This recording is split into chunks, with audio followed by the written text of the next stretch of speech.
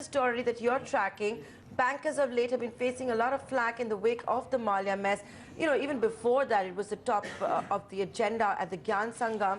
What's the latest as far as that 3-day joint lender forum goes, which is of course led by the SBI?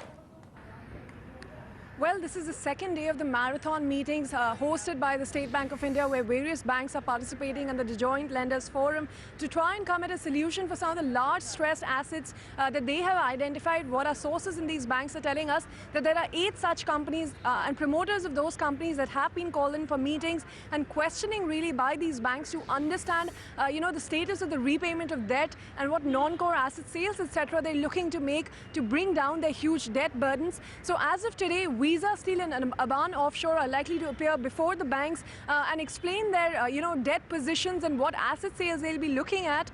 Even yesterday you had the likes of Uttam Galva, Soma Enterprises and both Adhunik Metals, Metallics and Power coming in and being questioned by the banks about what the status of the repayment was. Even tomorrow, in fact, the meeting will continue and we're expecting Bhushan Steel promoters to be present there. An all-important meeting we'll be watching out for. Essentially, the message from the bankers is, so far there has been restructuring, there has been additional capital, there's been a lot of hand-holding done for these stressed companies, but going forward there will be no such mercy granted to them. If the promoters do not cooperate and bring equity to the table, the lenders can go to the extent of filing, using the SARFACI method to recover their dues, or even perhaps looking at a change in management and taking all possible legal remedies that are available at their hands to make sure that they recover their dues.